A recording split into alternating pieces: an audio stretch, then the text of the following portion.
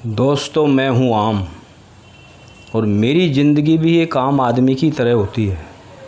मेरा पहले बाग लगाया जाता है, फिर मुझे सींचा जाता है, हर तरह से दवाई गोली मेरी की जाती है और फिर मैं धीरे धीरे बड़ा होकर आपके सामने एक दिन फुल फ्लैश में पेड़ पर लग जाता हूँ। और ये वो लोग बैठे हैं जो हमारा इंतज़ार ये कर रहे हैं कब हम इन पेटियों से बाहर निकलें और ये हम पर हमला बोलें। फिर मैं किसी असभ्य अनपढ़ के हाथ में अगर पड़ गया तो मुझे ऐसे मसल के ऐसे चूसेगा कि जैसे बहुत दिनों से वो भूखा है, उसे कुछ मिला ही नहीं। और वो इस तरह से मुझे को चूसता है कि मेरे अंदर कुछ भी नहीं छोड़ता, जबकि मेरा वज़न कभी कभी आधी किलो से ऊपर भी हो जाता है।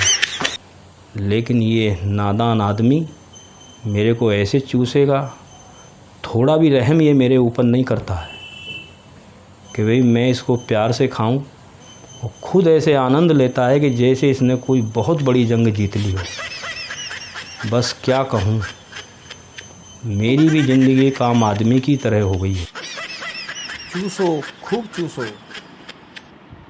मैं कुछ नहीं कहूँगा, खूब चूसो। और ये मेरे को जब तक चूसता है कि जब तक मेरी नस नस में से जूस नहीं निकल जाता। कई बार तो आदमी इतना मेरे को मसलता है कि मेरा मुंह फट जाता है और जूस मेरा पहले ही बाहर निकल जाता है। और जब गुठली लास्ट में रह जाती है तो ये उसको फेंकने के लिए नहीं कहता, उसको खूब चूसता है। और एक हाथ से काम नहीं चलता तो फिर दूसरा हाथ भी लगा लेता है और तब तक चूसता रहता है कि जब तक मेरा गुठली का रंग ऊपर से सफ़ेद इसको नहीं दिखाई देने लगता है। यही सबसे बड़ी विडंबना है मेरी ज़िंदगी के साथ कि कोई मुझे छोड़ने को ही नहीं कहता, लास्ट तक मुझे चूसता रहता है। आम आदमी का भी आज की महंगाई में ऐसे ही जूस निकलता है। और वहीं कहीं अगर सभ्य पढ़ा लिखा आदमी आम खाता है तो वो भी सबसे पहले मेरा चाकू से मेरा मुंह काट के अलग रख देता है, ताकि मैं कुछ कह ना पाऊँ, कुछ बोल ना सकूँ। ये पढ़ा लिखा सभ्य आदमी भी सबसे पहले चाकू उठाकर मेरे छोटे छोटे टुकड़े करेगा और गर्दन ऐसे हिलाता रहेगा जैसे बहुत बड़े मिशन पर जाने की तैयारी कर रहा हो। और ये धीरे धीरे एक एक करके मुझे सारे को खा जाएगा और मेरे छिलके को लास्ट तक ऐसे खाता है कि जब तक आधा छिलका इसके मुंह में नहीं आ जाता। मैं इसके हाथों में ऐसा छटपटाता रहता हूँ और कहता रहता हूँ कि ए बहरेमी, थोड़ा सा तो तरस खा। No.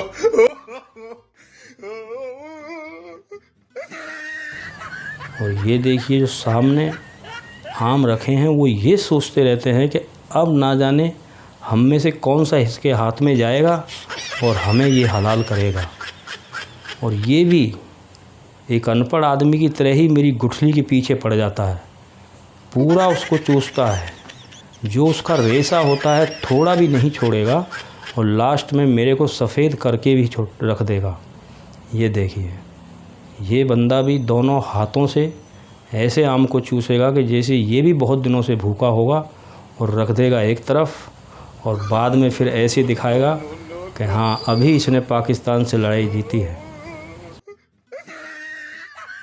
और देखा दोस्तों आपने, मैं सभी के हाथों, चाहे कोई सभ्य हो या असभ्य हो, पढ़ा लिखा हो या अनपढ़ हो, सभी के हाथों द्वारा ऐसे ही चूसा जाता हूँ।